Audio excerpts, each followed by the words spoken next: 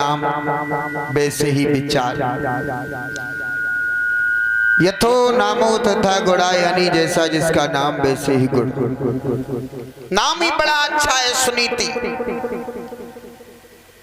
पतिव्रता स्त्री है।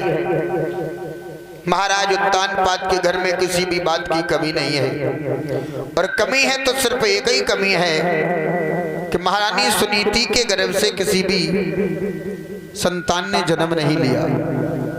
और जब संतान ने जन्म नहीं लिया तो आज मैया सुनीति घर में अकेली बैठी बैठी बिलख रही है। सोच रही है, हे विधाता, मैंने कौन से अपराध किए हैं जो आज हमारे गर्भ से किसी भी संतान का जन्म नहीं हुआ।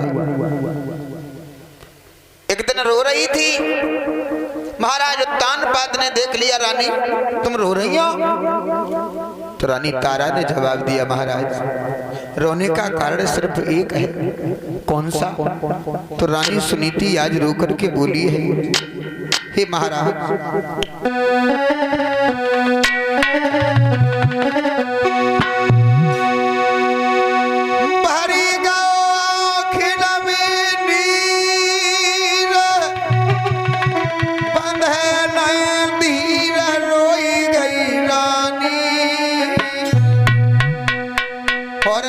संतान के जग में सैया हो गई है बदनामी।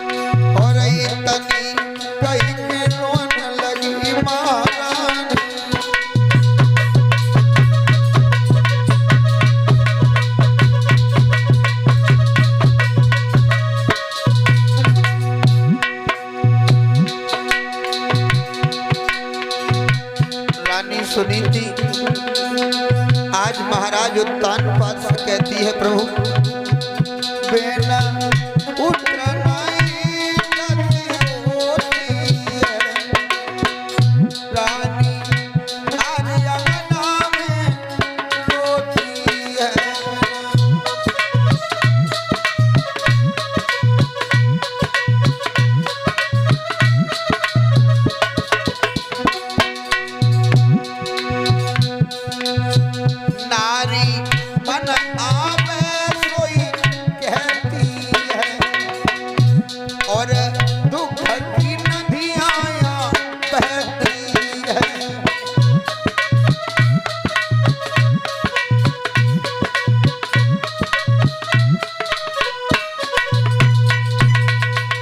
रानी सुनीति बिलक बिलक करके रोती है, कहती है, हे महाराज, मेरे घर में, मेरे आंगन में मेरी कोख से किसी भी संतान का जन्म नहीं हुआ। स्त्रियां हमसे बांझ कहती हैं, आपको निर्वंशिया कहते हैं।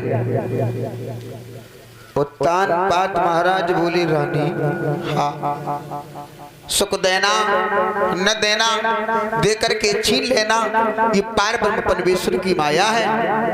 और अगर हमारे नसीब में पुत्र होता या पुत्री होती तो हमारे नसीब में अवश्य होता। ये सिर्फ पार ब्रह्म परमेश्वर की माया है। रानी सुनीति ने जवाब दिया, महाराज हम आपसे कुछ कहना चाहती हूँ। क्या कहना चाहती हो? सुनीति ने जवाब दिया है, महाराज आप दूसरी शादी कर लो। जो ये सुना कि दूसरी शादी, महाराज उत्तानपाद को ये मालूम पड़ा कि किसी ने खोपड़ी पर बम पटक दिया हो। सुनीति, ये क्या कह रही हो? शादी? जवाब दिया, महाराज शादी हम इसलिए दूसरी करवाना चाहते हो कि जो दुल्हन बन करके घर में आएगी हमारी छोटी बहन, उसके कोख से कोई ना कोई बालक अवश्य हो जाएगा, तो आपका भी वंश आगे बढ़ जाएगा। महाराज उत्तानपाद ने जवाब दिया है, रानी पागल हो गई। अगर मैंने दूसरी शादी कर ली तो सौत घर में आ जाएगी, वो सुख से जीने नहीं देगी। तुम्हें नहीं पता है भद्रे, पागल मत बनो।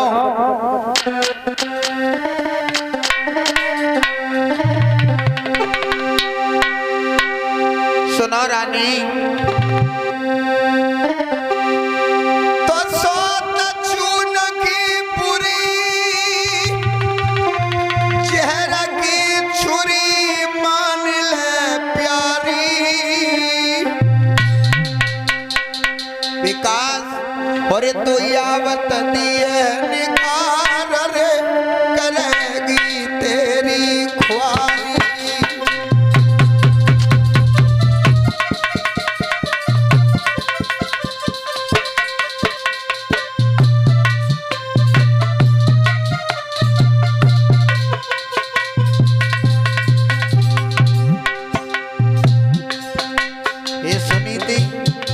पागल मत बनो।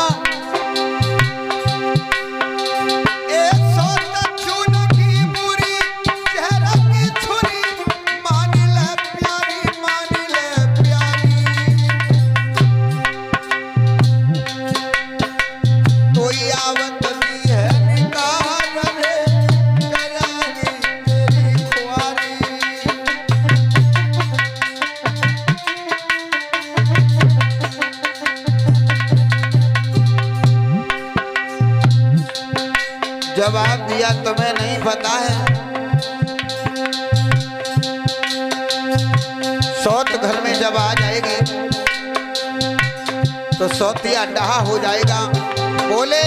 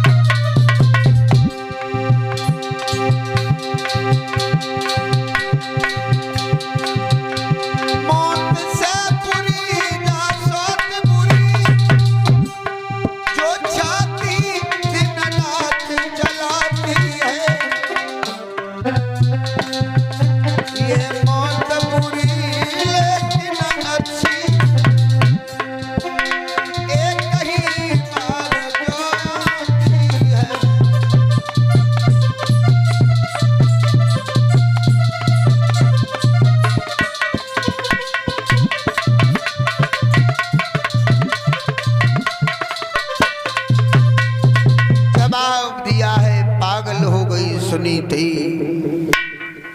सौत घर में आ जाएगी, सुख से जीने नहीं देगी। सुनीति ने जवाब दिया,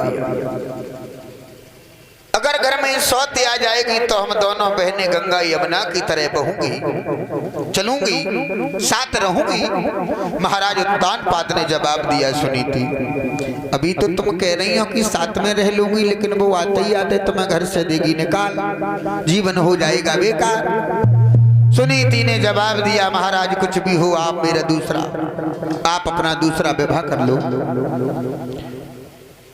हट ठान गई, दूसरा विवाह करने के लिए महाराज उत्तानपाद को विवश कर दिया। मेरे भैया श्री सुखदेव जी बोले हैं, महाराज परीक्षित आज विवाह जैसे ही किया है सुरुचि नाम की स्त्री के साथ में, और विवाह करने के बाद आज सुरुचि को लेकर के अयोध्या नगरी के लिए चले हैं कि विवाह कर अवध में आए, खुशी सबने मनाई है। विवाह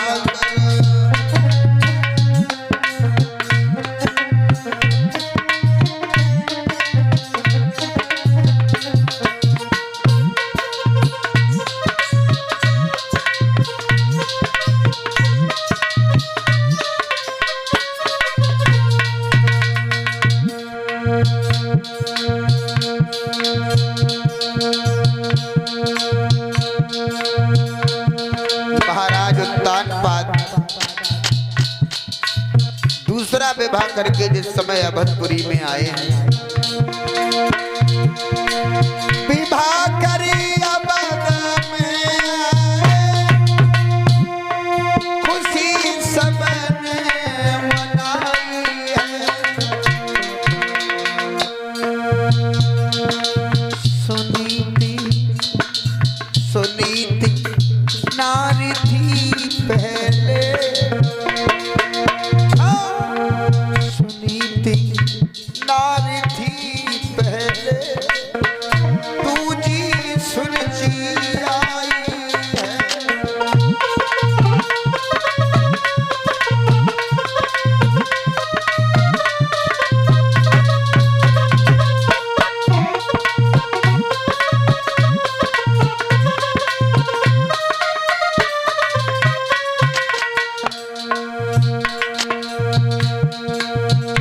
दूसरी रानी सुरुचि को लेकर के चले। इधर बड़ी रानी सुनीति ने सुना कि डोला आ गया, बांदी को बुलाया। बांदी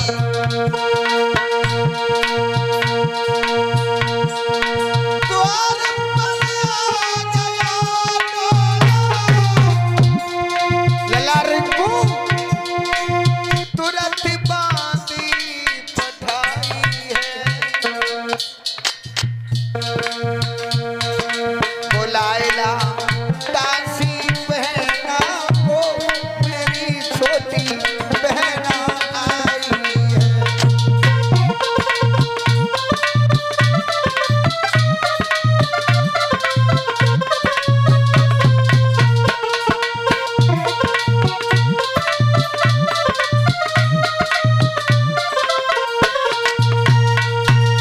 आज महाराज उत्तानपाद दूसरा विवाह सुरुचि के साथ में करके जिस समय आए, और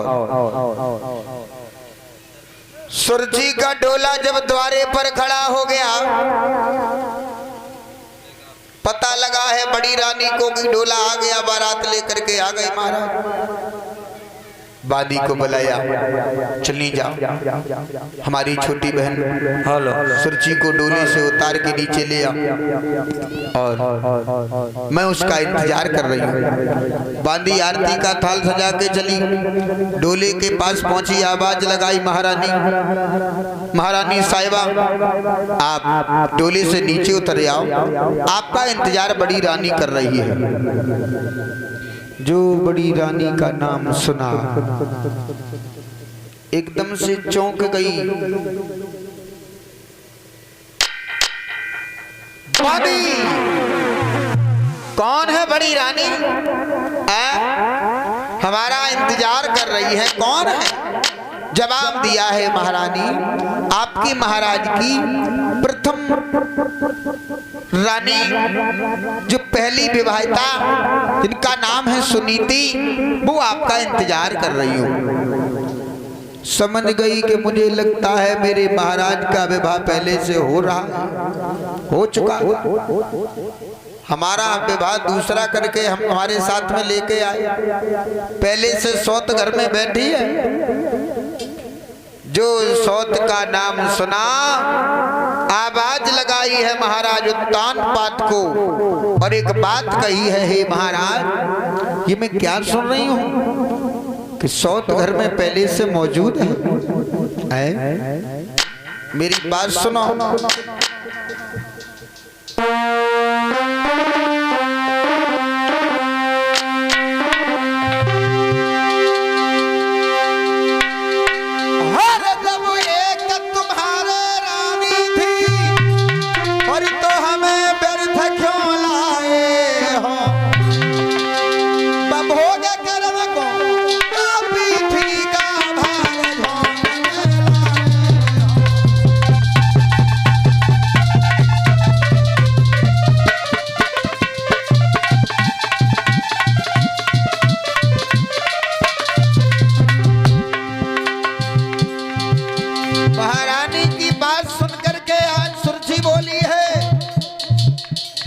तो मैं नहीं बताया, खड़े खड़े मेरा मुंह न देखो।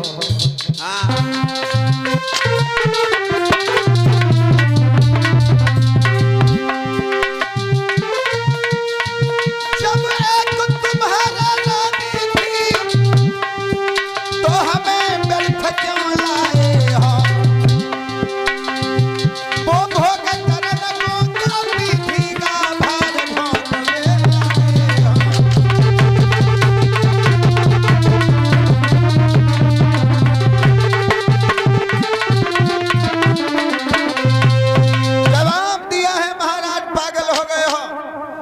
तुम्हारे घर में पहली विवाहिता जब स्त्री मौजूद है तो हमें बाहर झोंक में लायो, इसलिए ऐसा करो, ऐसे नहीं हम नीचे उतरूंगी। सुनो, तुम चाहते हो कि घर में सौत के साथ में रहे? ना ना ना, अरे हम तो भाई उतरे डोला सो पहले जा सौत को दियो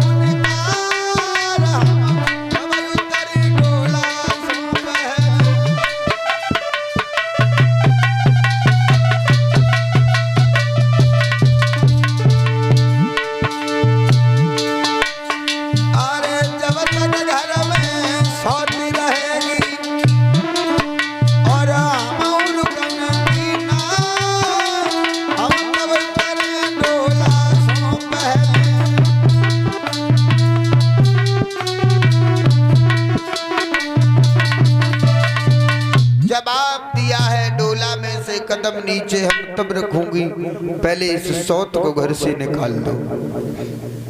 भागवत श्रोताओं, आज महाराज उत्तान पाद की निगाह नीचे को हो गई, कुछ नहीं बोल पाए। तब तक रानी सुनीति आ गई, बांदी ने बता दिया कि महारानी नीचे नहीं उतर रही है। सुनीति ने पुनः आरती का थाल सजाया। वो आरती का थाल सजाने के बाद सुनीति को लेने के लिए जिस समय पहुंची है दरवाजे पर, आवाज लगाई है, हे बहन सुरची, आप डोली से नीचे उतर आओ, महलों में चलो, रानी बन करके रहो। जो ये सुना समझ गई, वाह भाई वाह, तो तुम ही हो महाराज की पहली विवाहिता रानी? बोले हाँ। जवाब दिया है, पहले तो मैं इस डोले से नीचे उतर के नहीं आऊंगी, और आऊंगी तब जब तुम इस घर से निकल के बाहर चली जाओ, क्योंकि जब तक तुम रहोगी तब तक हम नहीं रहोगे। सुरची ने जवाब दिया है, बहन मैंने अपने महाराज का विवाह दूसरा इसलिए करवाया, मेरे कोख से कोई संतान नहीं हुई, मेरे कोख में पत्थर पड़ गए, और आप घर में आ जाओ, मेरे महाराज का वंश आगे बढ़ जाएगा, और आप जो बताएंगी वो हम करूंगी। सुनीति ने रोके जवाब दिया है, महारानी हे बहन, कि अब चलो संभालो जा घर को, उदासी बन समय बिताऊंगी। ये बहन घर में अंदर चली चलो, अब चलो संभालो जा घर को, दासी बन समय बिताऊंगी। तेरो घर को कामों काज करके, तेरो घर को कामों काज करके, तेरो झाड़ू पहन लगाऊं।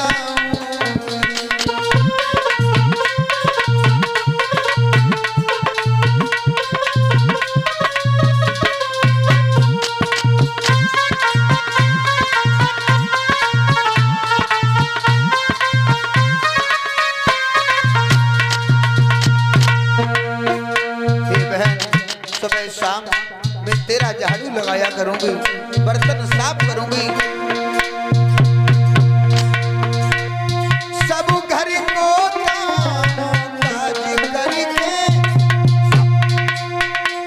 तेरो झाड़ू पहन लगाऊंगी। तू सोवेगी जब संध्या को, मैं तेरे ही पैर दबाऊं।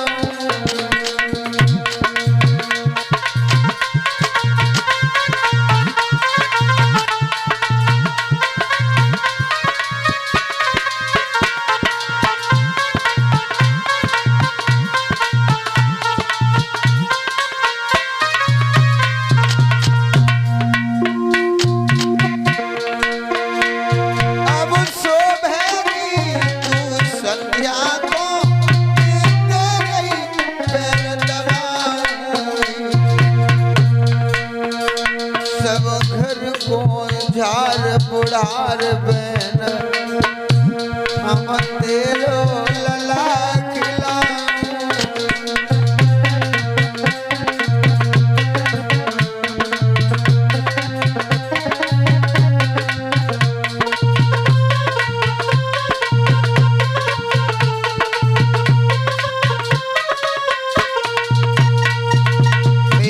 भैया आज बहन सुनीति कहती है तुम अंदर चली चलो। सुरुचि ने जवाब दिया है जब तक तुम रहोगी तब तक हम अंदर नहीं जाऊंगी, और अगर तुम्हें रहना है तो तुम्हें भिखारिन बन करके, दासी बन करके रहना पड़ेगा। जो तुम्हें ये कह रही हो काम धाम की, भोजन बनाऊंगी, झाड़ू लगाऊंगी, बिस्तर लगाऊंगी, बच्चे को खिलाऊंगी, तो तू क्या जाने कि बच्चे का दर्द क्या होता है। बूढ़ी बिल्ली